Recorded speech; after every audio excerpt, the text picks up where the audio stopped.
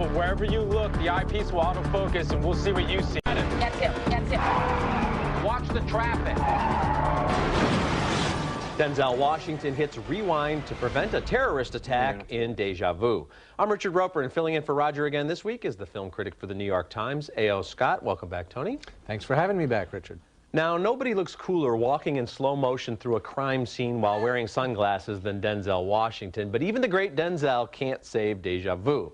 Now, I did not have the feeling I'd seen this movie before, but just because something is original doesn't mean it works.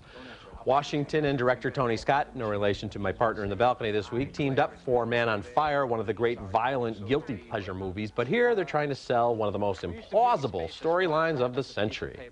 To see something from a distance, light has always had to travel the long way across the flat space in between. But given what I was trying to explain, we could fold the space, bring the target closer to us, create what's known as an Einstein-Rosen bridge, otherwise known as a wormhole, suspend it via gravitational field. That's what we're looking at. That's it. What's on the other end of the bridge?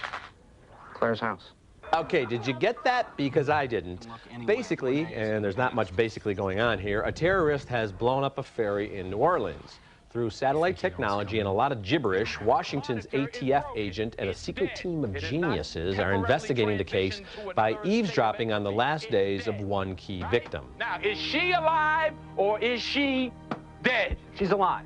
All right, now we're getting somewhere. All right, for all of my career, I've been trying to catch people after they do something horrible. For once in my life, I'd like to catch somebody before they do something horrible, all right? Aha! So, instead of investigating the crime, why not travel back in time to prevent it? Washington is transported 4 days into the past, where he tries to explain things to a very confused Paula Patton. All right, you see those officers behind you? Yeah. When the ferry pulls off, I want you to tell them about the bomb, all right? They'll believe me. You better believe it. Come on, they'll arrest me. They won't arrest you. They'll take you into custody. You'll be fine. That's a good thing. Now, as you would expect from a film directed by Tony Scott and produced by Jerry Bruckheimer, Deja Vu is very fast-paced and it has some stunning visuals. The problem with Deja Vu is that it's not really about Deja Vu. It's about a bunch of nerds giving long-winded explanations for time travel while we try not to laugh out loud. It's about twin Denzels existing in the same place and time. It's about a supposedly secret government operation that exists in plain sight. It's indecipherable, it's laughable, it's totally unbelievable, it's thumbs down. Yeah, can we travel back in time so you can say that all again? Well, then I wouldn't have to see the movie, too. No, but it's true about Denzel Washington. I mean, he's such a good actor, and there's something really almost disturbing about seeing him just give a real performance in this completely absurd movie, and also the kind of the slickness. I mean, Tony Scott is a very technically accomplished director, so there's a lot of really sort of cool-looking stuff here.